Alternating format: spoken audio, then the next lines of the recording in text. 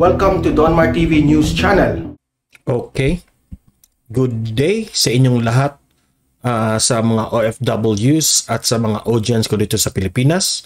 Good morning, good afternoon, good evening sa lahat. Kasi iba-iba tayong ng time zone, no? So shout out sa mga heroes natin ng mga OFWs. Hi, hello.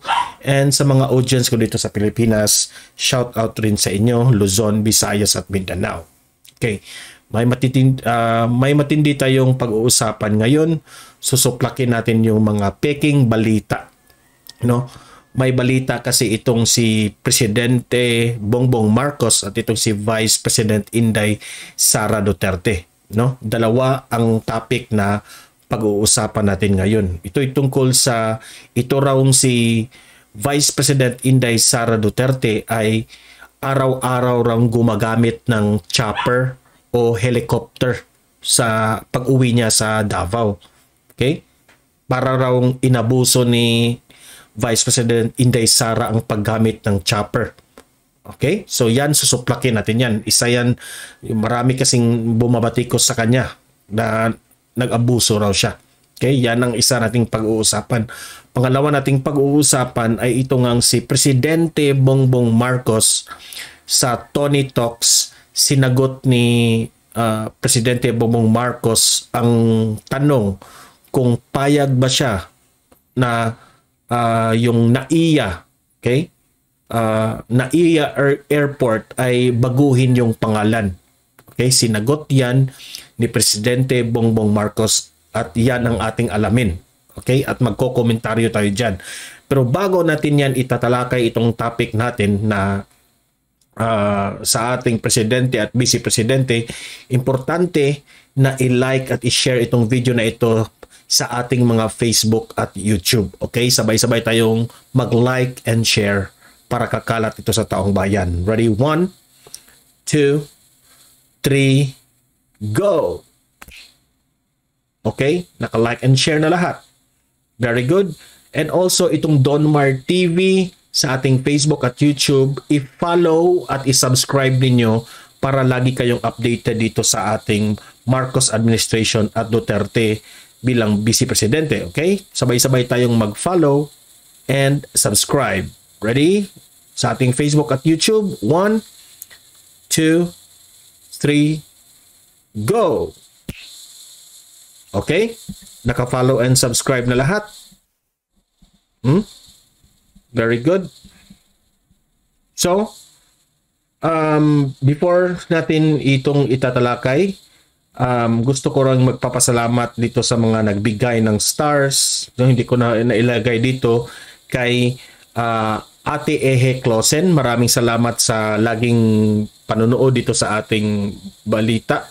And also ni Jojo Mones, no? Shout out sa inyong dalawa. Okay, so let's proceed. Ito nga, si Vice President Inday Sara Duterte sa issue ng chopper o helicopter ng gobyerno. Araw-araw daw ginamit ni Sara Duterte, Vice President Inday Sara Duterte, ang chopper pauwi ng Davao. Yan ha, yan ang sabi ng mga bashers niya na inabuso raw ni Vice President yung chopper. Okay, which is para sa akin peke ito at sinagot ito ng spokesperson ni Vice President na peking balita yan. Okay? So, basahin natin ang balita ng Manila Bulletin tungkol dito. Okay? Basahin natin.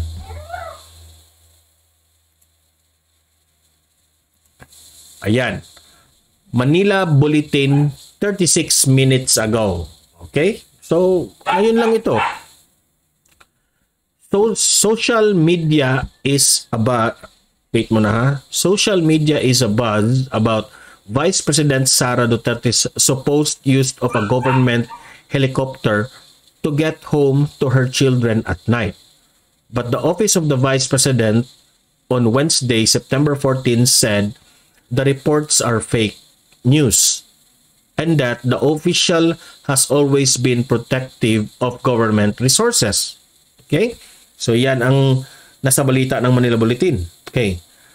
Sabi ni Reynold Monsayak, Office of the Vice President Spokesman. Ito yung sinabi. Manila-based na po sa ngayon si Vice President Sara Duterte at ang pamilya niya. Dito na din po nag-aaral ang mga anak niya. Land vehicles din po ang ginamit nila araw-araw. Okay? Meaning, may sarili silang kotse o anong sakyanan yan. Okay? Ginamit lang po ang chopper kapag kailangan sa official work and functions based sa lugar na pupuntahan at urgency of schedule. Sa madaling salita, gagamitin lang ang chopper sa mga emergency, mga urgency na mga meetings, at talagang mga importanteng bagay tungkol sa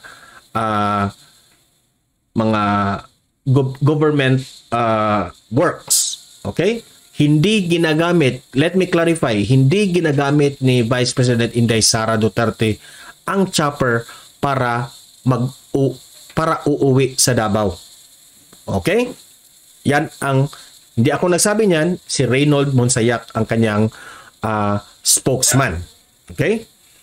First, ang masasabi ko dito, no, yung mga kumakalat na balita na araw-araw raw na ginagamit itong chopper ng ating Vice Presidente pauwi sa Davao, masasabi ko itong 100% fake news ito. Okay? Alam niyo ba kung bakit?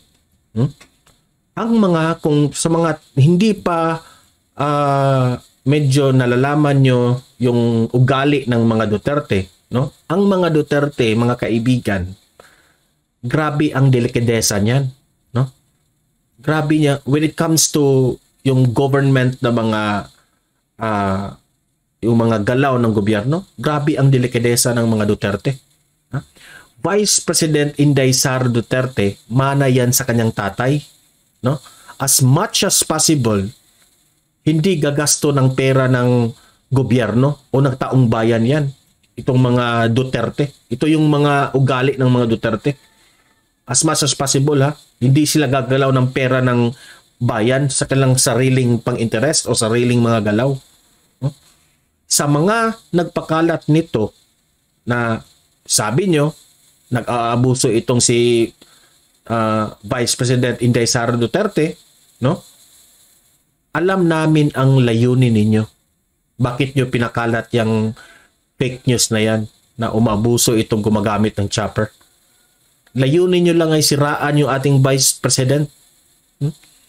Hindi tatalab yan kay Vice President Inday Sara Duterte. Si Vice President Inday Sara Duterte, hindi kagaya ng ibang leader dyan na aabuso sa facilities ng gobyerno. Itong mga Duterte, meron itong delikadesa. So, hindi tatalab yung mga peking balita na yan. Ayan, nagpapipicture lang yan. It only shows na yan si Vice President Inday Sara Duterte ay talagang human. Kung aking mag-analyze ako dyan, nagpapapicture yan ng chopper kasi seldom yan lang makasakay ng chopper eh. Like us, di ba? Kung meron na helicopter na maglalanding, magpapapicture tayo kaagad kasi seldom lang tayong makasakay ng ganyan. Yan lang ang nafe-feel ay Vice President natin. Di ba? At proud siya na nagpapapicture dito sa helicopter na yan, sa chopper na yan, no? Dahil it represents the Philippines. Sabi pa nga ni Inday Sara Duterte, mahalin natin ang Pilipinas. So kayong mga piki na mga nagpapakalat dyan, inggit lang kayo. Hindi kasi kagaya ng mga yung mga leaders na sinuportahan nyo na hindi nanalo, puros abuso ng pera ng bayan. Hindi ko na lang babanggitin, ha? So yan, pinagtanggol natin yan kasi peking balita yan na umaabuso raw itong si Vice President natin sa chopper. Okay? So pangalawa nating pag-uusapan guys ay itong si Presidente Bongbong Marcos sinagot na ang issue tungkol sa babaguhin yung pangalan ng Ninoy Aquino International Airport. Okay? Pero bago natin yan itatalakay, no? Caveman Coffee 22% off na ito. Available na ito sa Shopee. Ito yung coffee na recommended ko na inumin nyo every morning dahil masarap, mabango. Available na yan sa Shopee. For those outside Philippines, message them directly sa kanilang Facebook. Okay? BBM Sara Victory T-shirt. Available na rin ito sa Shopee. With my name, Don Mar TV. Nakalagay yung picture ko dyan with Presidente Bongbong Marcos and Vice President Inday Sara Duterte. Available na ito sa Shopee. Bili na kayo bilang suporta nyo sa akin. Okay? For those outside Philippines, message me directly para I can give you instruction. Okay. Let's go back to our topic. Ito ngang NAIA na babaguhin yung pangalan. Nagre-react na dito ang ating Pangulo. Okay? So sinagot na ang issue na ito ni Presidente Bongbong Marcos sa tanong mismo. Si Tony Gonzaga ang nagtanong dito kay President Bongbong Marcos, no? Pabor ka bang baguhin ang pangalan ng Ninoy Aquino International Airport? Okay, so basahin natin itong balita. Manila Bulletin 35 minutes ago. So bago pa rin. Not at all. Quote-unquote, Presidente Bongbong Marcos, not at all. Yan ang kanyang response. President Ferdinand Bongbong Marcos Jr. gave this categorical answer on Tuesday, September 13, when asked if he will prioritize the renaming of the Ninoy Aquino International Airport o NAIA. Renaming NAIA, not a priority. Okay? Klarong-klaro yan. Presidente Bongbong Marcos ang nagsabi na yung pagbabago ng Ninoy Aquino International Airport, hindi niya priority yan. Pinaka-last yan sa kanyang priority.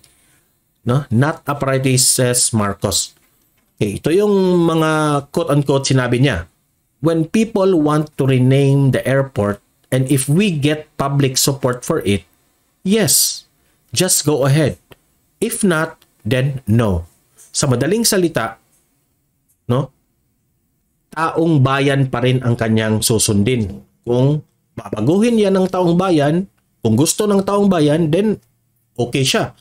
Pero kung ayaw ng taong bayan, di, wala. Okay? So, not his priority. Okay? Kasi, binabatikos nila si Presidente Bongbong Marcos na gusto raw, alam nyo naman, yung mga dilawan dyan, na inakusahan nila itong si Presidente Bongbong Marcos na pag siya raw ang mapresidente, ito raw NAIA ay babaguhin yung pangalan. No? Baka akala nila ganyan ang ugali ng mga Marcoses. No? Mga dilawan dyan, sasabihin ko sa inyo, hindi ganyan ang mga Marcoses. Okay? Baka akala nyo, hungry ito sa popularity. Matagal nang popular ang mga Marcoses sa panahon ng kanyang tatay. No? Hindi niya priority ito. Ang pangalan ng NAIA noon ay Manila International Airport. Sino ba ang nagbago niyan? Mga Aquino. Ha? Ang nagbago ng MIA ay yung mga Aquino. Ginawa nilang Ninoy Aquino International Airport. So sino ngayon ang hungry sa popularity? Kayo nang humusga. Di ba? So renaming NAIA ni Presidente Bongbong Marcos ay hindi yan priority. Ganito ang mga Marcos. Humble yan sila. No? Pati nga tatay, tatay niya noon, si Ferdinand Edelin Marcos, former president natin. Humble yun. No? As much as possible, let the people decide, let the people discover. Yan ang kanyang mga style niya noon. Na nasa-shock na lang tayo na siya pala ang gumawa nito. Kasi humble lang sila. Hindi sila nagmamagaling na kami ang gumawa nito, ganyan. Amin itong mga project na ito. Nalalaman na lang ng taong bayan na mga Marcoses pala ang gumawa ng mga bagay na ito. Di ba? Humble yan ang mga Marcoses. mga Aquino lang naman ang gustong baguhin itong Manila International Airport na naging Ninoy Aquino International Airport na ngayon. Okay? Kung itong si Presidente Bongbong Marcos ay selfish, kung taong ito ay makasarili, matagal na itong binago dahil presidente siya ngayon. Diba? Ngunit hindi niya priority yan. Let the people decide kung anong gusto ng taong ilagay dyan na bagong pangalan. No? Taong bayan ang masusunod. Yan ang sabi ni Presidente Bongbong Marcos. Pera ito ng taong bayan, no? Hindi ito pera ng mga Marcos. Hindi rin ito pera ng mga Aquino. Pera ito ng taong bayan. Kahit anong ipangalan, payag si Marcos. Basta taong bayan ang masusunod.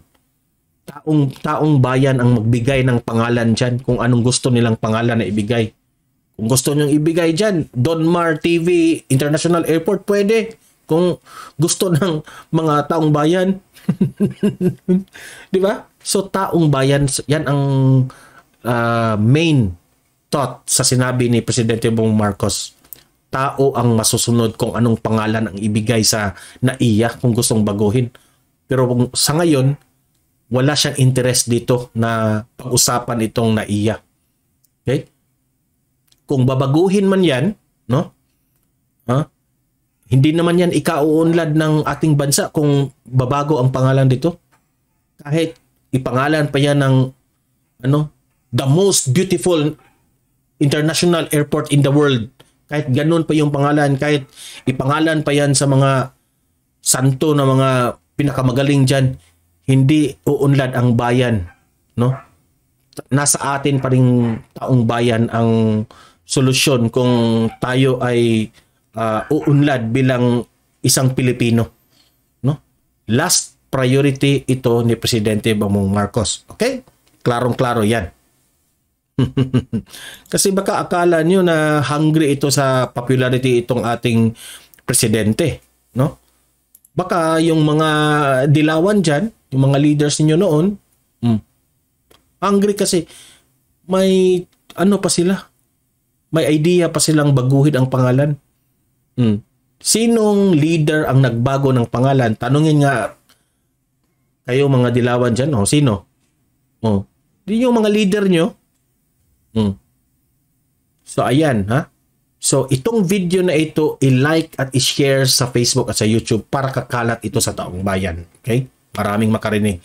And especially, itong Donmar TV sa Facebook at sa YouTube, i-subscribe at i-follow ninyo para lagi kayong updated tungkol kay Presidente Bongbong Marcos at Vice President Inday Sara Duterte na always nating mahalin ang Pilipinas. Okay? So hanggang dito lang itong video na ito. See you in my next video. And God bless to one and all. Have a great day.